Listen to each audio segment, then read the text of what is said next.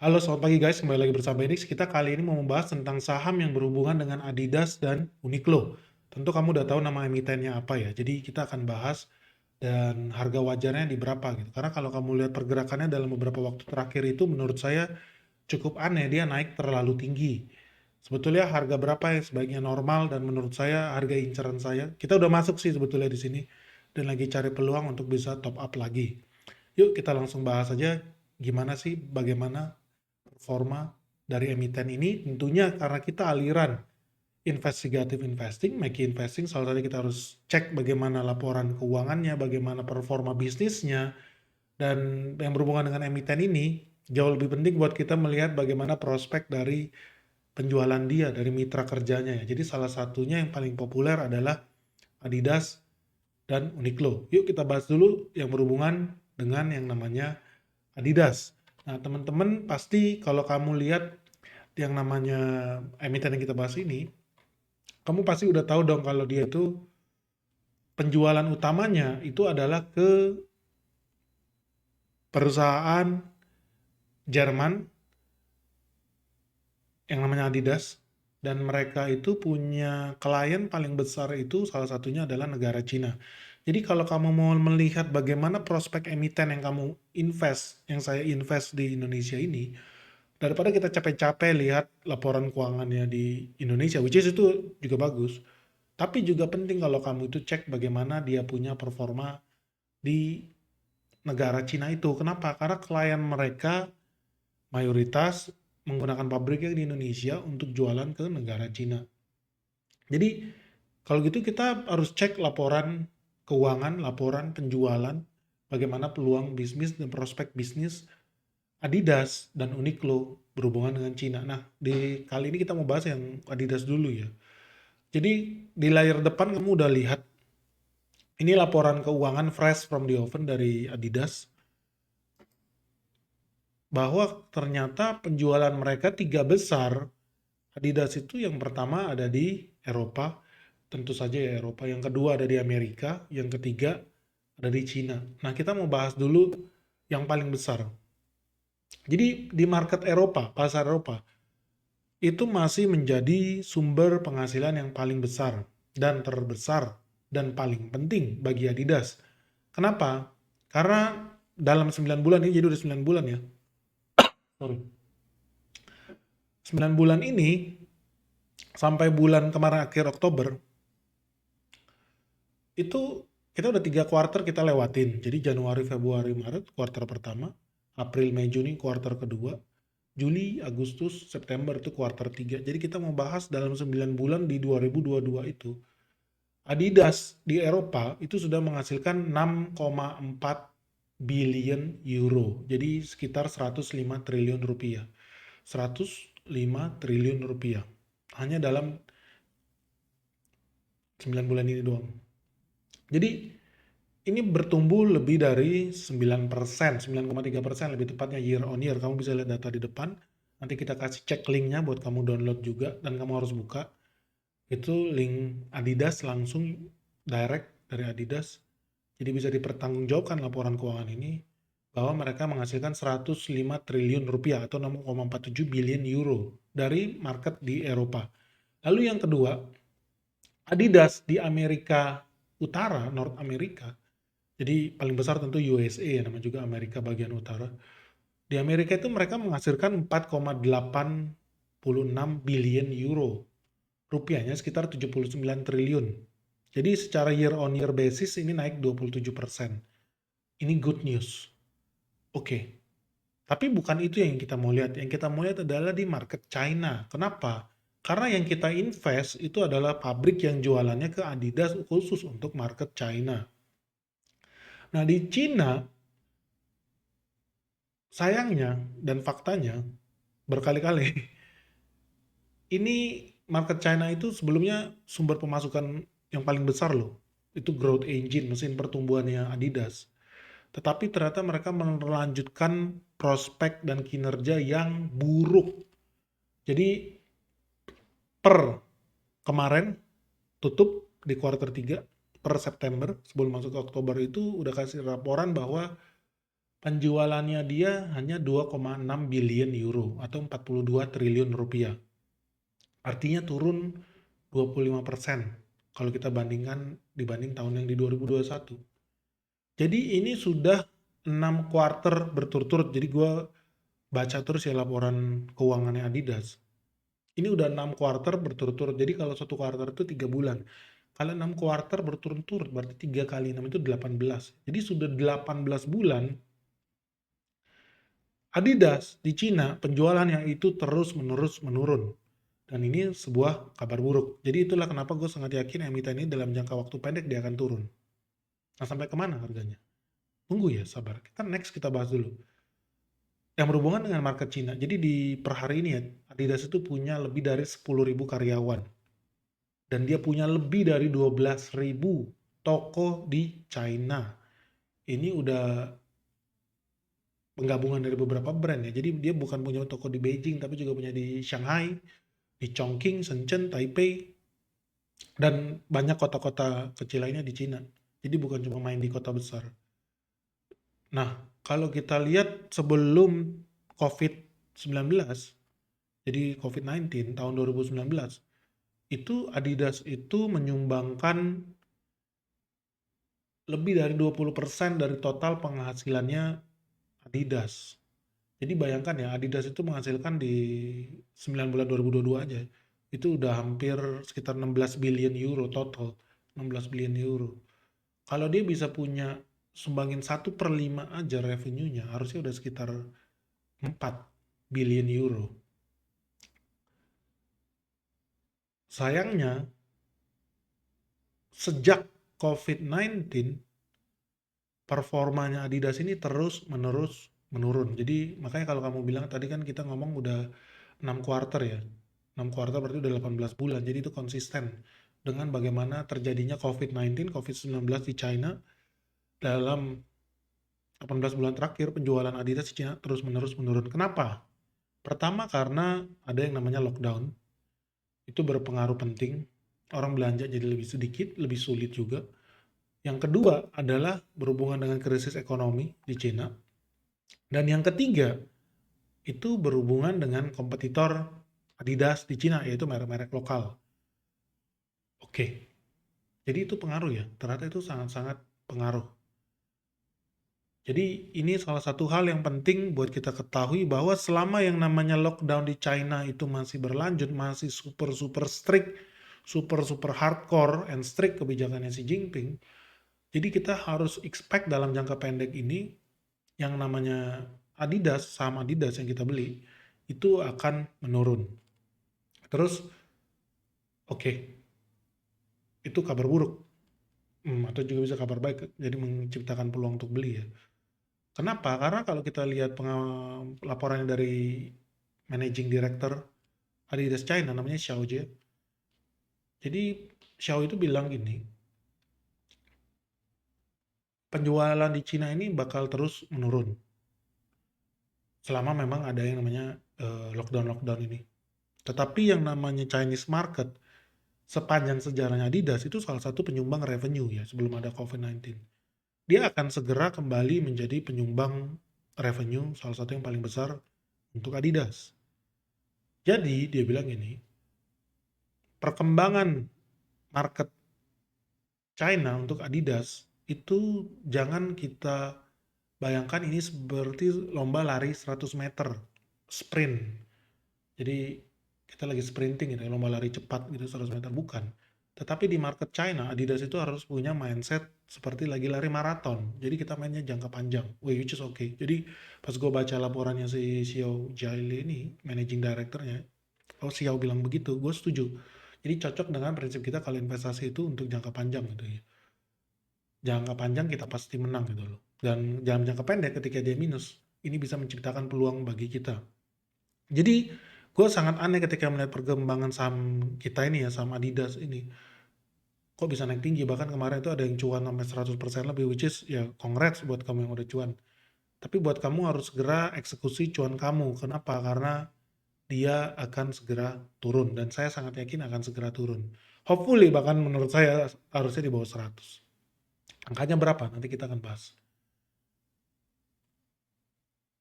So, abis itu kita mau jawab lagi nih, apa yang terjadi setelah COVID-19 hilang prediksinya?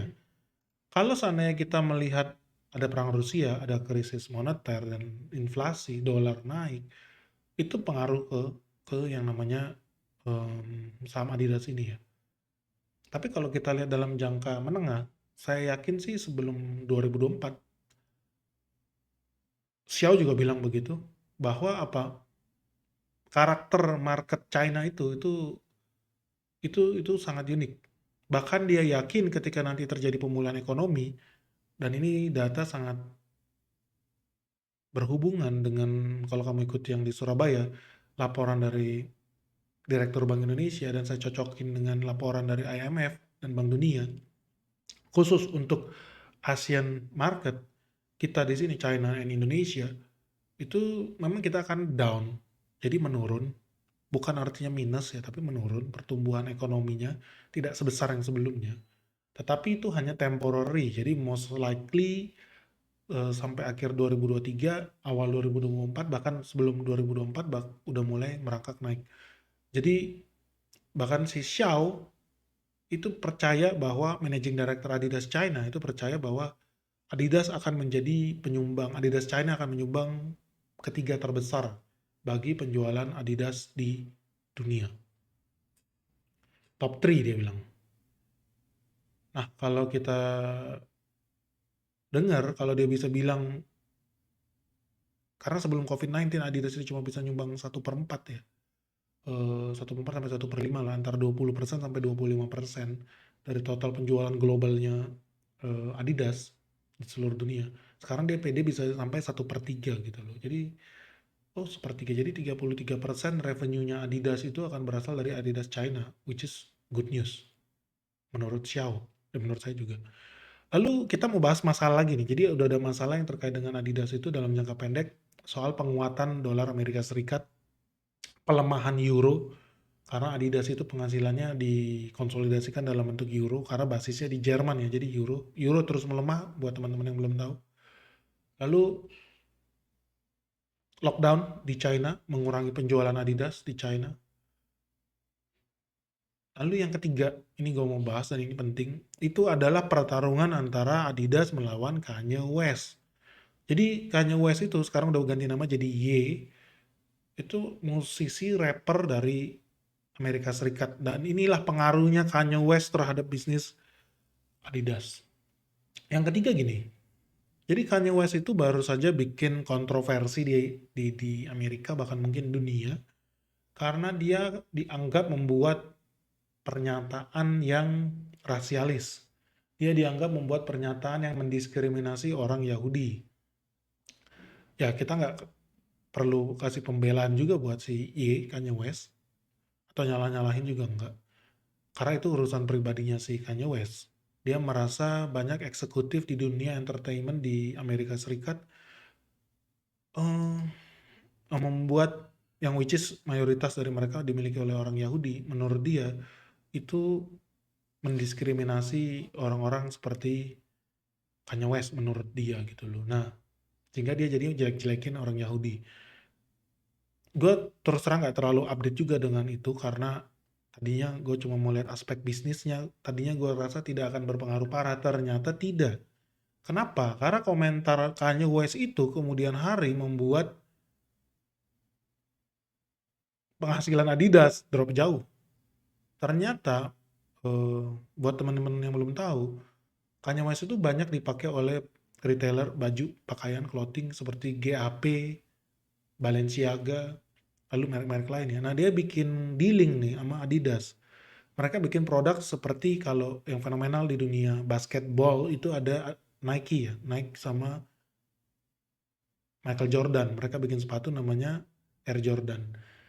Nah Kanye West sama Adidas itu juga kolaborasi. Mereka bikin produk yang namanya Yeezy.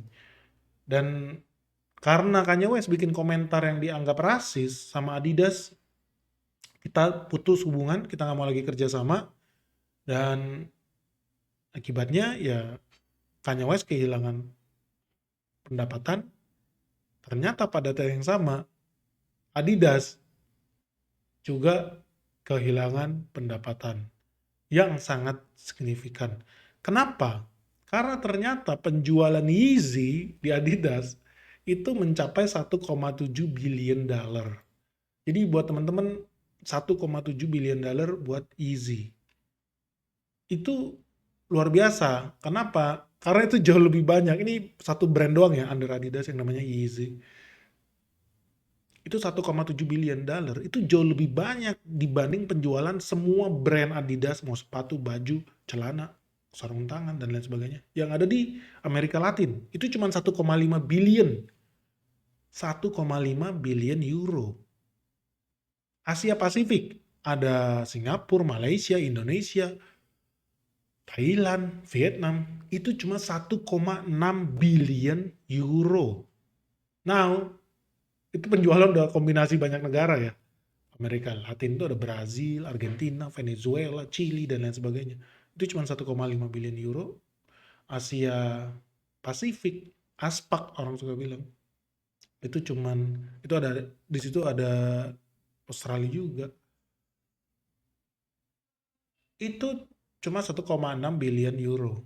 Easy, only one brand, itu 1,7 billion euro. Jadi udah bayangin, penghasilan dari jualan mereknya Kanye West ini, kolaborasi Adidas sama Kanye West ini yang namanya Yeezy itu udah bisa mengalahkan penjualan seluruh Adidas di negara-negara Amerika Latin, Argentina, Chili, Brazil, Peru. Udah mengalahkan kombinasi penjualan Adidas di negara-negara Asia Pasifik. Bahkan mungkin kalau sana itu dilanjutkan ya, sampai tahun depan itu bisa mengalahkan penjualan di China juga gitu loh. Siapa sangka ya, ternyata Yeezy itu laku banget dan sangat berpengaruh terhadap penghasilannya Adidas. Jadi itu kabar buruk untuk Adidas gitu loh. Ternyata euro melemah, dolar menguat, ternyata lockdown di COVID di China ekstrim, sangat-sangat menghancurkan perekonomian negara China. Lalu yang ketiga, mereka putus hubungan dengan Kanye West. Akibatnya ya bisa dibilang penghasilan Adidas dari Yeezy semakin berkurang. Jadi ini tiga hal yang sangat fatal, tiga hal yang sangat sebaiknya memang kita perhatikan kalau kamu investasi di saham ini. Jangan berharap dalam jangka pendek kamu bisa cuan gede dari saham ini. Kenapa? Tidak. Ya tadi yang saya bilang, dalam jangka pendek outlook-nya tetap jelek. Oke, sekarang kita mau bahas yang lebih detail lagi ya. Jadi kita mau masuk yang lebih detail lagi, kita mau bahas, karena gue mau bahas sama kamu tentang laporan keuangannya, jadi ini langsung dari Jerman. Kamu harus buka linknya, ada di bagian deskripsi, download, itu link resmi, bukan isi program hacker segala macam, no. Itu link resmi dari website Adidas, kamu bisa download, harus download PDF-nya biar kita bahas sama-sama sekarang juga. Oke? Sekarang kita akan masuk ke yang lebih spesifik, membahas saham Adidas ini. Jadi, kalau kamu lihat di layar kamu, sekarang kamu udah bisa lihat tentang yang namanya penjualan Adidas. Dan kenapa ini menurut saya sangat penting untuk kamu ketahui ya. Jadi kita akan buka bersama di sini. Linknya ada di kolom deskripsi. Please banget kamu tolong cek itu. Jadi di sini langsung ada press release resmi dari Adidas, dari Herzogenaurach. Sebenarnya bilangnya apa ya, Herzogenaurach. Ini dari kantor pusatnya Adidas, sebetulnya di Bavaria, di Jerman. Nah, nggak usah pakai ribet-ribet cara baca yang baik dan benar, karena kita nggak perlu lihat. Kalau di layar kamu ada penjualan di Middle East, ada di Amerika Utara, ada di Latin Amerika atau Amerika Selatan, bukan itu yang kita mau lihat. Kita mau lihat yang berhubungan dengan emiten kita, itu adalah Adidas di China. So, kamu mencet Ctrl F, langsung mencet aja China. Oke, China langsung muncul. Jadi di sini langsung dibilang gini, Oktober 20, 2022, which is masih fresh from the oven, Adidas sudah mengurangi had reduce its full year guidance. Jadi proyeksi dalam tahun full year 2022 itu udah dikurangin. Kenapa? Karena ada terjadi pengurangan tren di Cina. Sorry. Kenapa dia bilang Greater China ya? Karena sebetulnya ini bukan Cina doang. Mereka memasukkan Taiwan, which is Taipei itu ke dalam Cina. Jadi dibilangnya Greater China di sini. Dia bilang gini, di sini tren penjualan Adidas di Cina itu terus berkurang, traffic itu terus berkurang, sementara yang namanya inventory mereka itu terus bertambah di sana.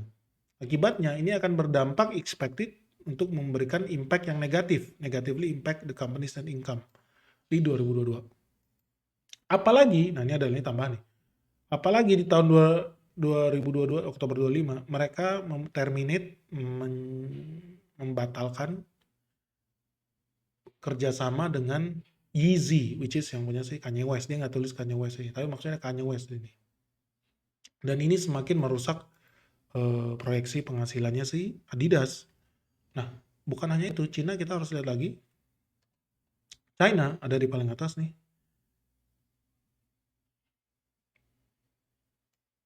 Consumer demand di Western market itu berkurang, turun. Ini kabar buruk.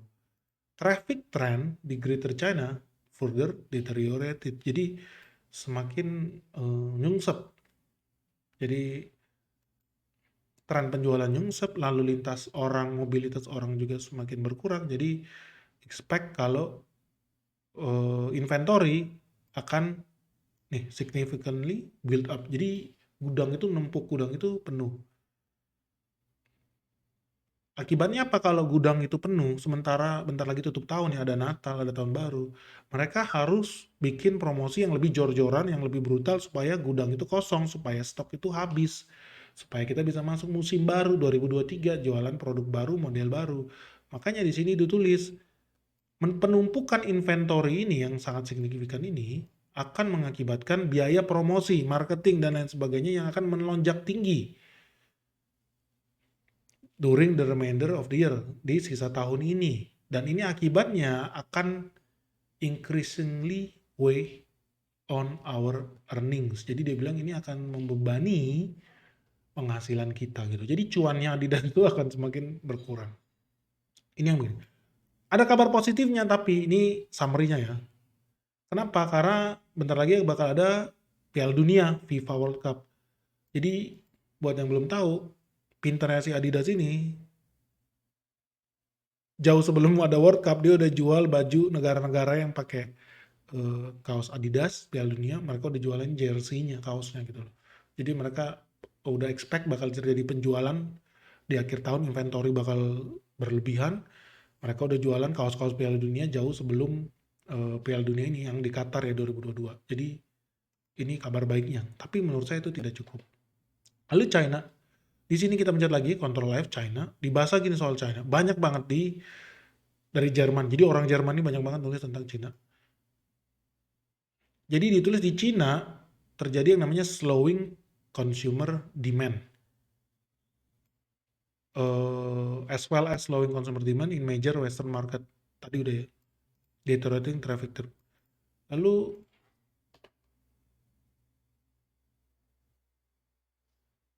ini tadi kita udah bahas, inventory berlebihan, mereka mau bersihin di Greater China, full price channel akan dikurangin, dan kemungkinan mereka bakal cuci gudang buat ngosongin kapasitas produksi dia di pabrik-pabriknya maupun di gudangnya. Lalu next, China continue to be severely impacted by the challenging market environment. Jadi dia bilang continue to be severely impacted. Kenapa dia bilang continue to be severely impacted? Continue. Karena di kuartal sebelumnya Adidas China itu juga berkurang.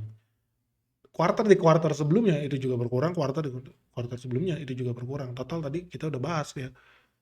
Mereka udah 18 bulan itu minus. Jadi 6 kuartal mereka minus. Jadi mereka continuing to be severely impacted. Jadi ini bukan cuma satu pengurangan doang, tapi berkurang berkelanjutan. Jadi continuing. Continuing mana dari kuartal sebelumnya. Jadi ini membahas yang tadi di awal gue udah sempat bilang, bahwa sudah 6 kuartal lebih si Cina ini, Adidas China ini minus terus.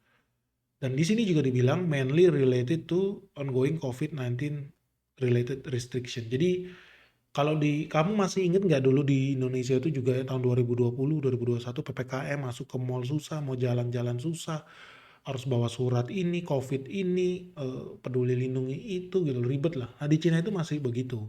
Jadi bahkan mungkin lebih ekstrim. Jadi itu pengaruh di sini. Lalu ini dibahas lagi, toko-toko retail di Cina yang milik Adidas, companies on retail revenue in Greater China increase 7%, which is bagus. Tapi revenue-nya secara as a whole itu udah turun 27% lebih. Semoga kebaca ya kamu layar saya di sana. Lalu next, ini tadi udah bahas reducing traffic trend atau udah habis ya. Terus kita mau bahas laporan keuangan. Jadi bagian akhir dari dokumen yang kamu harus download di kolom deskripsi, please kamu download. Jadi kita bisa baca sama-sama. Eh, ini kalau quarter ending, jadi membandingkan quarter ending ini September 30 2021, ini September 30 2022. Jadi ada pertumbuhan Adidas, ini kita bukan ngomong Adidas Cina ya, kita ngomong Adidas as a whole. Ada Adidas Amerika, Timur Tengah, Asia Pasifik, and China, itu semua akan masuk ke dalam laporan keuangan yang ada di sini. Jadi kamu bisa lihat di sini ada 6,4 billion di September 30 2022. Sementara di September 30 2021 itu hanya 5,752. Jadi ada peningkatan 11% di sebelah kanan. Ini perbandingan antara quarter on quarter. Jadi kalau kamu lihat di sini quarter on quarter, kalau kamu melihat quarter 3 2021, Cina itu, yang lain kita nggak usah lihat ya, yang Cina aja itu 1,1 billion. Quarter yang sama, quarter ketiga 2022, itu 937 million, jadi juta. Tadinya 1,1 miliar euro, sekarang tinggal 900 juta euro. Jadi ini drop 18,9%. Ekstrim ya. Jadi itu yang namanya continuing declining, deteriorating. Jadi data ini membuktikan apa yang dari tadi kita omongin. Lalu kalau kita ngomongin 9 bulan, sekarang kita bukan mau ngambil quarter. Kita ngomong 9 bulan penuh. Jadi tanggal 1 Januari sampai akhir September. Sampai tutup quarter 3 2022. Full 9 bulan penuh. Ini yang tadi kita mau bilang.